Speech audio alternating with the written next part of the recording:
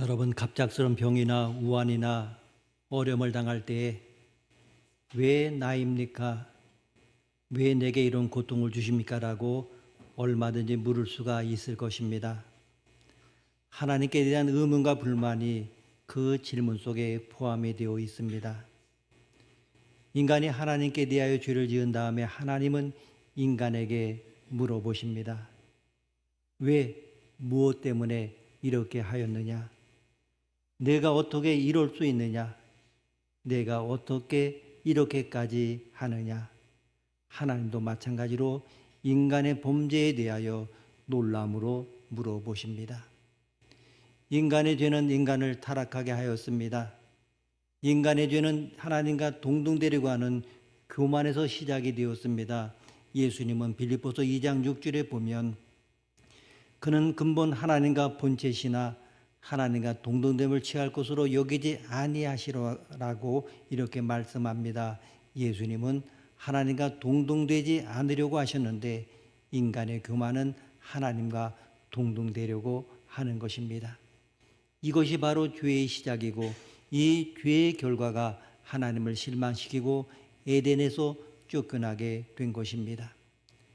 창세기 2장과 3장을 보게 되면 죄가 들어왔을 때 몇 가지 현상을 소개하고 있습니다. 죄가 인간 속에 들어왔을 때 생긴 첫 번째 현상은 부끄러움이라고 3장 7절에서 말합니다. 즉 수치심입니다. 죄를 짓기 전에 인간에게는 수치심이 없었습니다. 하지만 죄를 지은 인간은 수치심으로 당황한 나머지 급히 무화과 나무 잎으로 그들의 수치를 감추었습니다. 그러나 죄는 가려지지도 숨겨지지도 않았습니다. 죄는 인간의 노력이나 방법으로 감추면 감출수록 더 커지기만 합니다. 그래서 죄는 더욱더 숨고 피하고 도망갑니다. 사람은 자신이 지은 죄를 쉽게 인정하려고 하지 않습니다. 아담과 하와뿐만 아니라 아담의 후손인 모든 인류가 다 그렇습니다. 아이들도 성장하면서 뭔가 잘못하면 끊임없이 핑계를 댑니다. 장난감을 잃어버린 것이 형 때문이다 이렇게 말하고, 컵을 깨트린 건 동생 때문이라 이렇게 말하고, 심지어 배만 아파도 엄마 때문에 밥 먹고 배 아프잖아요 라고 이렇게 책임을 전가하기도 합니다.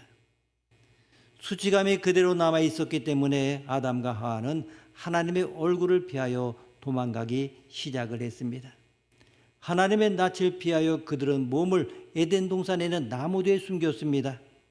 죄인은 도망자입니다. 죄인은 하나님의 불러도 대답하지 않습니다. 이것이 죄인의 운명입니다. 그리고 그들은 계속해서 도망칩니다. 도망자의 삶이라고 하는 것은 공포와 두려움의 연속입니다.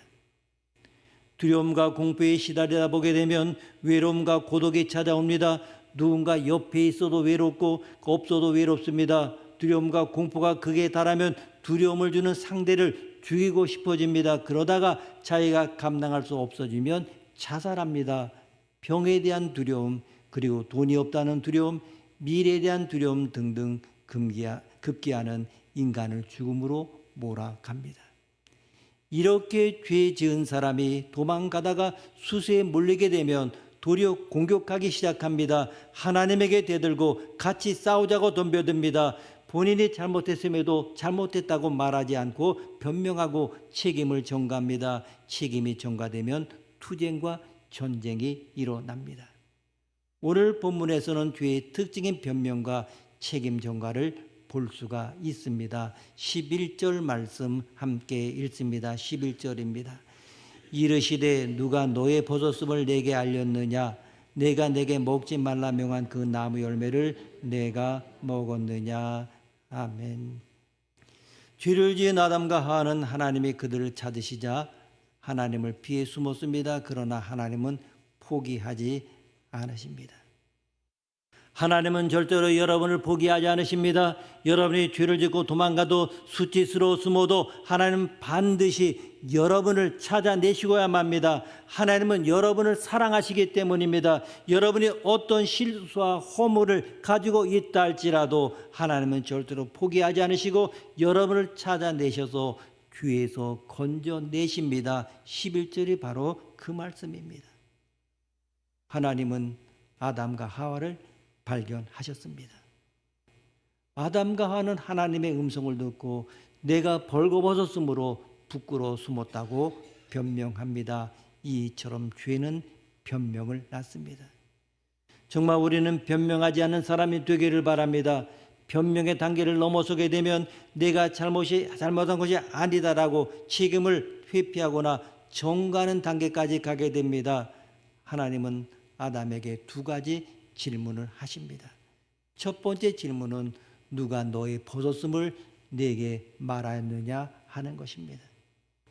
이는 지금까지 내가 벗고 지내는데 갑자기 벗었다는 것이 왜 문제가 되느냐 하는 그런 물음입니다. 그렇습니다. 죄가 없었을 때는 문제가 되지 않았습니다만은 죄가 들어오면서 그것이 문제가 되었습니다. 인간은 죄에 대해 눈을 뜨게 된 것입니다. 두 번째 질문이 무엇입니까? 내가 너더러 먹지 말라는 열매를 먹었느냐 하는 것입니다. 이는 너희가 내 말을 거역했느냐 하는 말입니다. 첫 번째 질문을 통하여 하나님은 아담과 하와가 벗었음을 가르쳐 준 것은 사단임을 지적하십니다. 이 모든 문제의 배후에는 어둠의 세력이 있다고 하는 것입니다. 그러나 사람들은 그것을 잘 알지 못합니다. 그래서 하나님은 지적해 주십니다. 하나님은 아담과 하와가 수치를 알게 된 것은 사단 때문을 지적하셨습니다. 그리고 또한 두 번째 질문을 통하여 하나님은 그들이 하나님의 얼굴을 피하는 이유가 하나님의 명령을 거역했기 때문임을 지적을 하셨습니다. 이런 하나님의 지적에 대한 아담의 반응을 보십시오. 12절 말씀 함께 읽습니다. 12절입니다. 아담이 이르되 하나님의 주여서 나와 함께 있게 하신 여자 그가 그 나무 열매를 내게 주므로 내가 먹었나이다. 아멘. 하나님이 아담에게 질문하셨을 때에 아담은 하나님께 용서를 구하지 않았습니다. 아담은 선악과를 먹은 사실을 인정을 했습니다. 죄를 부정하지도 않았습니다. 죄를 지은 대부분의 사람들은 어떡합니까? 자기의 죄를 부인하는데 아담은 자신의 죄를 인정하고 있습니다. 아담은 그러나 하나님께 용서를 구하지 않습니다. 오히려 아담이 하나님께 응답하는 태도가 무엇입니까? 나는 잘못이 없다는 그러한 태도입니다. 선악과를 먹기는 먹었지만은 그 여자가 주어서 먹었다라고 변명합니다. 아내를 그 여자라고 말하면 이미 그들의 관계는 깨어진 것입니다. 아담은 그 여자의 유혹 때문에 선악과를 먹었다고 하와에게 모든 책임을 전가했습니다. 12절에서 아담의 시선을 살펴볼 수가 있습니다. 첫 번째, 아담은 선악과를 먹으면 안 된다는 사실을 몰랐는가 하는 것입니다. 아담은 선악과를 먹으면 안 된다는 사실을 몰랐습니까? 아닙니다. 아담은 그것을 정확히 알고 있었습니다. 창세기 2장 16절 17절 말씀 보게 되면 여호와 하나님이 그 사람에게 명하여 이르시되 동산 각종 나무의 열매는 내가 임의로 먹되 선악을 알게 하는 나무의 열매는 먹지 말라. 내가 먹는 날에는 반드시 죽으리라 하시니라. 아멘. 하나님이 아담에게 모든 동산의 나무를 보여주시고 선악과를 먹지 말라고 명령하실 때는 하와가 없었습니다. 그러므로 이 명령 아담에게 하신 것이었습니다. 하와는 명령 후에 만들어졌습니다. 하와는 선악과를 먹으면 안 된다는 사실을 하나님으로 들은 것이 아니라 아담으로부터 들었습니다. 아담은 선악과를 따먹으면 안 된다고 하는 것을 하와보다도 더 확실하게 알고 있었습니다. 그런데 지금 아담은 나는 모른다라고 발뺌을 하고 있습니다.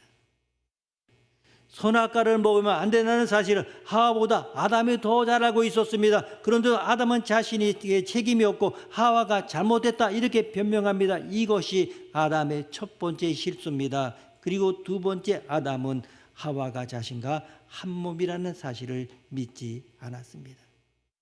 그러니 아담은 위기에 부딪히자 너는 너, 나는 나라는 식으로 자신과 하와를 분리를 시킵니다.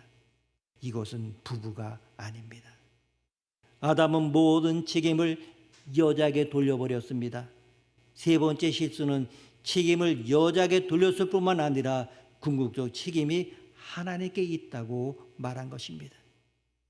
여자에게 책임이 있다고 말할 때 그 앞에 붙인 수식어가 무엇입니까? 하나님이 내게 주셔서 같이 살라고 한 그 여자였습니다. 이것이 무엇입니까? 하나님에게 책임을 전가시킨 것입니다. 하나님이 여자를 주셨기 때문이라고 하는 것입니다.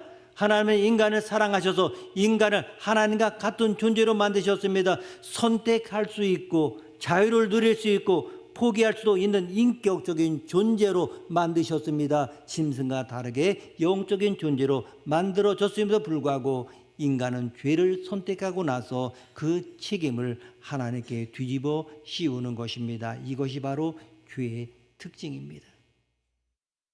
재미있는 것은 아담과 하와가 죄를 짓기 전에는 이런 생각을 하지도 않았고 언어도 몰랐다고 하는 것입니다. 그러나 그들이 죄를 짓고 나서부터 그들의 사고방식이 달라졌습니다. 하나님은 아담에게만 찾아오지 않으셨습니다. 하와에게도 찾아오셨습니다. 13절 말씀 함께 읽습니다. 13절입니다. 여호와 하나님의 여자에게 이르시되 내가 어찌하여 이렇게 하였느냐. 여자가 이르되 뱀이 나를 꿰므로 내가 먹었나이다. 아멘. 여기에 어찌하여라고 하는 말은 히브리어로 말하는 말입니다. 이 말은 어떻게, 왜라는 뜻보다도 무엇 때문에라고 하는 물음입니다. 하나님은 하와에게 내가 무엇 때문에 이렇게 하였느냐라고 물어보시는 것입니다. 이 말은 상대방에게서 무엇인가 이상한 것을 감지했을 때 상대를 추궁하는 강한 표현입니다. 사랑하는 사람, 믿었던 사람이 배반하였을 때 내가 어떻게 이럴 수가 있느냐라고 물어보는 그러한 표현입니다. 사실은 이 물음은 물음이 아니라 이럴 수는 없는 거야라는 강한 표현의 방식입니다. 답을 얻고자 하는 그 질문이 아닙니다. 무엇 때문에 내가 이렇게 하였느냐? 무엇이 부족하여 이렇게 하였느냐? 무엇을 원하여 내가 그것을 따먹었느냐? 어떻게 내가 나와 같아지려고 하느냐? 나의 형상을 내게 주었는데 고작 이거냐? 내가 줄 것 다 줬는데 어떻게 내게 그럴 수가 있느냐? 하나님께서는 하시고 싶은 말씀이 너무나도 많으셨을 것입니다. 하나님의 형상을 잃어버리고 나니 하나님의 뜻에 어긋나는 일을 하는 것입니다. 사람에 대한 하나님의 기대는 사람이 생각할 때는 높을지 모르지만은 하나님은 지극히 당연한 결코 높지 않은 기대를 하고 계십니다. 왜 그렇습니까? 하나님은 이미 우리의 미래를 다 알고 계시기 때문입니다. 사람이 선악과를 따먹고 죄를 지을 것을 다 보고 계시기 때문입니다. 사람의 연약함을 알고 계시기에 그 이상을 기대를 하지 않으실 것입니다. 기대는 충족되지 않으면 사라집니다. 하나님의 인간에 대한 기대도 마찬가지입니다. 내가 어찌하여 이렇게 하였느냐? 하나님 인간에 대한 기대가 무너지는 소리입니다. 우리는 다시 하나님으로부터 이 소리가 안 나게 해야 됩니다. 하나님께 하신 내가 어찌하여 이렇게 하였느냐라는 그 말씀의 뜻을 생각해 보면서 이런 하나님의 질문이 들리지 않게 해야 하는 것입니다. 하나님께서 뱀이 하와를 꼬여서 선악과를 먹게 한 것을 이미 알고 계십니다. 하와가 대답할 것을 몰라서 물어본 것이 아닙니다. 그렇다면 하나님의 이 질문의 의미가 무엇입니까? 인간이 죄를 짓기 전에 하나님과 관계라고 하는 것은 기쁨이요, 사랑이요, 신뢰가 있는 복된 관계였습니다. 그러나 인간이 사단의 유혹을 받아 죄를 짓고 난 후부터는 하나님과의 관계가 금이 가기 시작을 했습니다. 인간의 영혼의 죽음과 저주와 죄의 그림자가 드리워졌습니다. 이때부터 시작된 고통과 죽음의 행진은 우리가 살고 있는 지금까지도 계속되고 있습니다. 지구 도처에서 전쟁과 파괴와 폭력과 고통이 계속되고 있음을 봅니다. 죄는 이렇게 무섭습니다. 죄를 짓기 전에는 아무런 문제가 없었는데 죄가 인간 사회에 들어오는 순간 바이러스에 오염되어 온몸에 종양과 암이 생기는 것처럼 고통과 죽음이 찾아온 것입니다. 하나님은 여자에게 찾아오셔서 죄의 동기를 질문하십니다. 벌하시기 위해서가 아니라 구원하시기 위해서였습니다. 이 질문에 대한 여자의 대답 역시 용서를 구하는 것이 아니라 뱀 때문이라고 이렇게 변명을 했습니다. 14절 말씀 함께 읽습니다. 14절입니다. 여호와 하나님이 뱀에게 이르시되 내가 이렇게 하였으니 내가 모든 가축과 들의 모든 짐승보다 더욱 저주를 받아 배로 다니고 살아있는 동안 흙을 먹을지니라. 아멘. 12절 13절에서 하나님은 아담과 하에게 질문하실 때는 왜라고 물으셨습니다. 그러나 뱀에게는 묻지 않으셨습니다. 하나님은 사람에게는 회개와 회복의 기회를 주시기 위하여 물어보시지만은 사단에게는 회개의 기회를 주시지 않고 바로 심판을 하십니다. 저주하십니다. 이것이 바로 다른 점입니다. 하나님은 뱀에게 두 가지 저주하십니다. 첫 번째 저주는 모든 짐승은 발로 다니거나 날아다니지만은 뱀은 배로 다닐 것을 명하신 것입니다. 그 두 번째 저주는 종신토록 흙을 먹으라는 것입니다. 여기에서 사단이 완전히 패배한 것을 볼 수가 있습니다.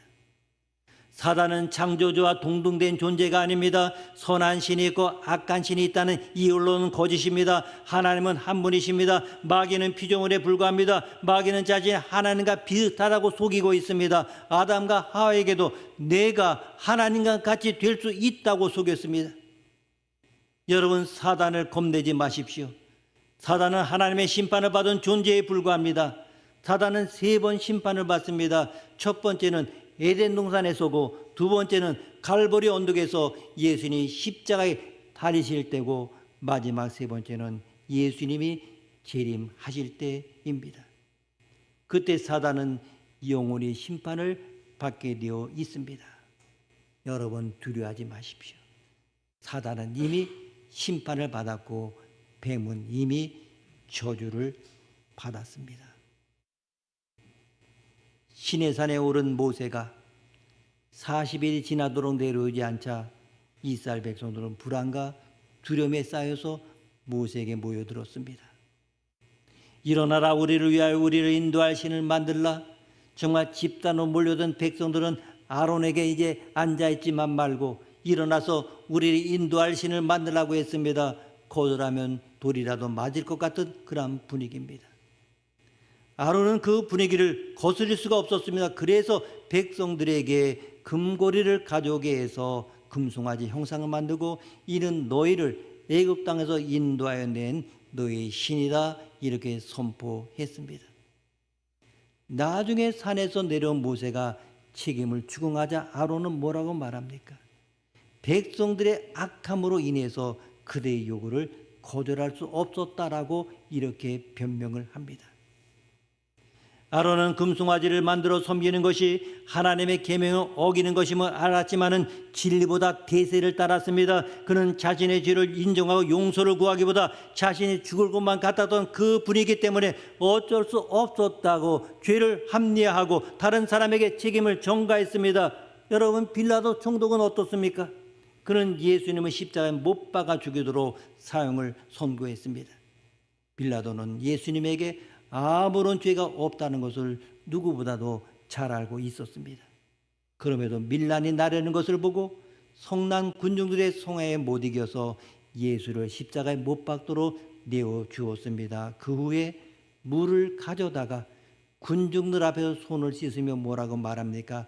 이 사람의 피에 대하여 나는 무지하니 너희가 당하라, 이렇게 말했습니다. 자신이 지은 죄를 성난 군중들에게 전가한 것입니다. 사람들은 자신이 지은 죄를 쉽사리 인정하지 않습니다. 내가 죄를 지었습니다. 내가 잘못했습니다. 나 때문입니다. 나를 용서해 주십시오라고 말하는 경우는 극히 드뭅니다. 할 수만 있으면 죄에 대한 책임을 다른 사람에게 전가하려고 합니다. 끝까지 나는 모른다며 오리발을 내밀고 자신이 지은 죄를 부정하려고 합니다. 또한 아론처럼 어쩔 수 없는 상황과 분위기 때문에 그럴 수밖에 없었다라고 핑계를 댑니다. 돌에 맞을 것 같은 그러한 상황, 대세를 거스릴 수 없는 분위기, 가난이라는 그 상황, 믿지 않은 사람에게 둘러싸인 그러한 상황, 적자를 볼 수밖에 없는 그런 상황에서 자신의 지위와 자존심 때문에 죄를 지을 수밖에 없었다라고 말합니다. 여러분, 신앙생활이라고 하는 것은 대세를 따르는 것이 아닙니다. 분위기를 따르는 것이 아닙니다. 진리를 따라 행하는 것이 신앙입니다. 잠언 28장 13절 말씀 보면 자기의 죄를 숨기는 자는 형통하지 못하나 죄를 자복하고 버리는 자는 불쌍히 여김을 받으리라. 아멘. 아담의 후손인 우리는 끊임없이 우리의 죄를 숨기려고 합니다. 죄는 숨긴다고 해서 해결되는 것이 아닙니다. 죄를 해결할 수 있는 유일한 길은 죄를 자복하고 버리는 것입니다. 내가 죄를 회개할 때 하나님은 나를 불쌍히 여겨주십니다. 반면 죄를 숨기는 사람은 결코 형통할 수가 없습니다. 시편 66편 18절 말씀 보게 되면 내가 나의 마음에 죄악을 품었더라면 주께서 듣지 아니하시리라. 아멘. 내 마음에 죄악을 품고 기도하면 하나님은 그 기도를 듣지 않으십니다. 기도의 응답을 받기 위해서라도 여러분 받을 죄를 자복하고 회개해야 됩니다. 죄를 숨기지 않고 회개해야 됩니다. 그럴 때 하나님으로부터 형통함을 얻고 또한 불쌍히 여김을 받습니다. 그것을 잘 보여주는 인물이 누굽니까? 바로 다윗입니다. 다윗은 간음죄와 살인죄를 지었습니다. 이제 하나님은 나단 선지자를 보내서 그 죄를 들춰내시며 책망하십니다. 당신이 그 사람이라. 다윗 뭐라고 대답합니까? 내가 여호와께 죄를 범하였노라. 다윗은 대꾸하지 않았습니다. 왕이 나를 어찌 책망하냐면 왕의 죄를 가지고 선지자를 질책하지 않았습니다. 모욕하는 모습을 내게 보여준 저 여자 때문이라고 자신의 죄를 전가하지 않았습니다. 즉시 왕의 지위와 체면을 다 내려놓고 자신의 죄를 고백하며 회개했습니다. 그동안의 공적을 고려해 달라고 말하지 않았습니다. 깨끗하게 자신의 죄를 자복하며 눈물이 침상을 적시도록 애통하며 회개했습니다. 다윗은 죄 고백을 미루지도 핑계대지도 다른 사람에게 죄를 전가하지도 않았습니다. 이것이 바로 다윗의 위대함입니다. 그는 죄를 지었지만은 선지자의 책망을 들었을 때 곧바로 회개했습니다. 그리고 구원의 즐거움을 회복을 하였습니다. 하나님의 마음에 합한 자가 되었고 하나님의 손에 붙들린 바가 되어서 귀하게 쓰임을 받았습니다. 이렇듯 회개는 회복의 마중물이라고 하는 것입니다. 죄를 품고 살아가면 반드시 관계가 깨어집니다. 아담은 범죄로 인하여 하나님과의 관계가 깨지고 말았습니다. 인간 세계의 죄와 죽음이 들어오고 모든 비참함이 시작되었습니다. 죄를 회개하지 않고 서로 비난하고 죄를 전감으로 아담과 하와의 관계도 깨지고 말았습니다. 하나님이 하와를 아담 앞으로 이끌어 왔을 때 뭐라고 이야기합니까? 이는 내 뼈 중에 뼈요 살 중에 살이라고 사랑을 고백했는데 이제는 그 여자로 바뀌고 말았습니다. 놀라운 사실은 아담과 하와의 관계가 깨지고 갈등으로 이어지고 난 다음에 그 아들 가인과 아벨의 관계도 깨졌다고 하는 것입니다. 가인이 아벨을 쳐 죽이는 살인 사건이 발생한 것입니다. 부부가 서로 신뢰하지 못하고 회복하지 못하면 자녀에게도 파괴적인 영향을 미치기 마련입니다. 가정에서 폭력과 외도와 불륜으로 부부관계가 흔들리면 자녀들도 흔들리게 됩니다. 죄는 관계를 깨트립니다. 하지만 죄를 회개하면 관계가 회복이 됩니다. 어떤 죄를 지었더라도 죄를 숨기거나 전가하지 않고 회개하면 관계가 회복이 됩니다. 회개는 마음을 찢는 것입니다. 마음을 찢는 것은 진정한 애통을 말합니다. 그리고 여호와께로 돌아오는 것입니다. 하나님께서는 회개가 돌아오는 사람에게 그 마음갓을 돌이켜서 복을 내리시고 기쁨으로 제사와 제물을 드릴 수 있게 해주십니다. 이렇게 회개는 하나님과 뒤틀린 관계를 회복시켜 줍니다. 회개는 사람과 사람과의 관계 역시 회복시켜 줍니다. 야곱 어떻습니까? 아버지와 형을 속이고 형의 장자권과 축복권을 차지했습니다. 이 일로 내 형이 자신을 죽이려고 하자 바단 아람으로 도망쳤습니다. 20년의 세월이 지나고 난 다음에 그는 다시 고향으로 돌아오게 되었습니다. 그리고 형의 분노와 복수를 면하기 위하여 나귀와 낙타와 소와 양 등 많은 예물을 보냈습니다. 하지만 보복하기 위하여 400명을 거느리고 자신을 향해 다가오는 형의 발걸음을 멈추게 할 수는 없었습니다. 결국 야곱은 형과 그 용사들 앞에 나아갔습니다. 창세기 33장 3절을 보게 되면 자기는 그들 앞에서 나아가되 몸을 7번 땅에 굽히며 그의 형 에서에게 가까이 가니. 몸을 7번 땅에 굽혀 절하는 것은 전쟁의 패자가 승자에게 완전히 항복하고 굴복하는 행위입니다. 또한 대단한 존경심과 경외심을 표현하는 행위로서 왕에게나 하던 인사였습니다. 자신의 몸을 7번 땅에 굽히면서 야곱은 자신의 죄에 대한 용서를 겸손히 구한 것입니다. 그때 33장 4절에 보면 에서가 달려와서 그를 맞이하여 안고 목을 어금 맞춰 그와 입 맞추고 서로 울었다, 이렇게 말씀하고 있습니다. 형 에서는 야곱으로 인하여 원한이 쌓였습니다. 20년이라는 세월이 지났지만은 그 마음의 분노와 복수심은 사라지지 않았습니다. 그러나 야곱이 진정으로 형 앞에 굴복하여 용서를 구할 때 관계가 회복이 되었습니다. 회개는 이렇게 관계를 회복시켜 줍니다. 오늘 하나님께 나아가 죄를 자복하고 그분과의 관계를 우리는 회복해야 하는 것입니다. 15절 말씀 함께 읽습니다. 15절입니다. 내가 너로 여자와 원수가 되게 하고 내 후손도 여자의 후손과 원수가 되게 하리니 여자의 후손은 내 머리를 상하게 할 것이요 너는 그의 발꿈치를 상하게 할 것이니라 하시고. 아멘.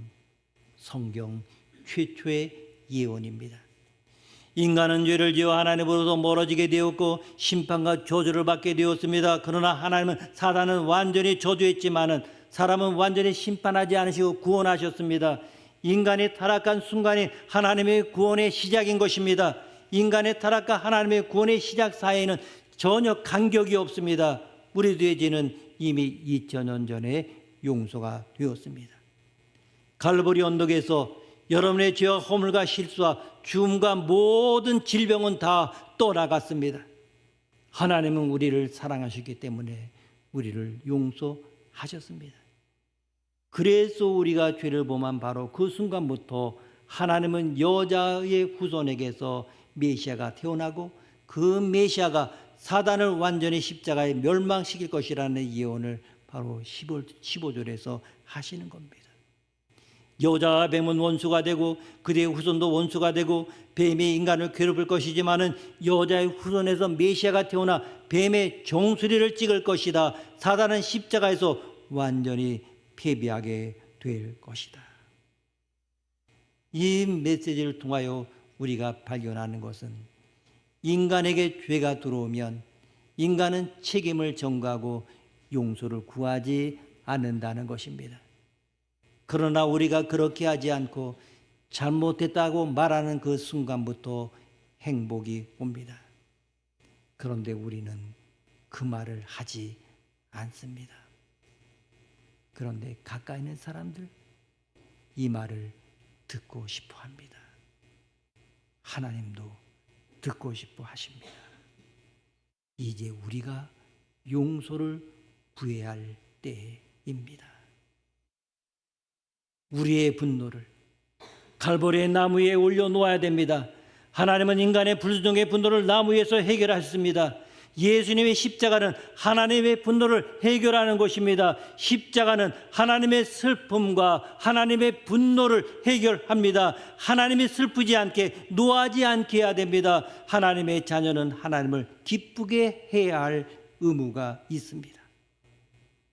하나님 말씀에 순종하여 내가 어찌하여 이렇게 하였느니라라고 하는 말 대신에 잘하였다, 착하고 충성된 아들아, 딸아 라는 이런 말을 들을 수 있는 우리 모두가 되기를 원합니다. 기도하시겠습니다.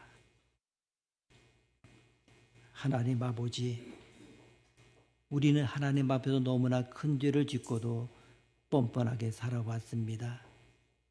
죄를 고백하지 않는 것이 마치 나의 자존심을 지키는 것으로 생각하면서 하나님과 대결하고 자존심 싸움을 하며 살아왔습니다. 친구와의 관계도, 부모님과의 관계도, 자녀와의 관계도 그래서 깨졌습니다. 우리의 마음에 성령이 임하사 잘못한 것을 잘못했다고 말할 수 있게 하여 주시고 용기와 회개의 마음을 주옵소서. 존귀하신 예수님의 이름으로 기도드립니다. 아멘.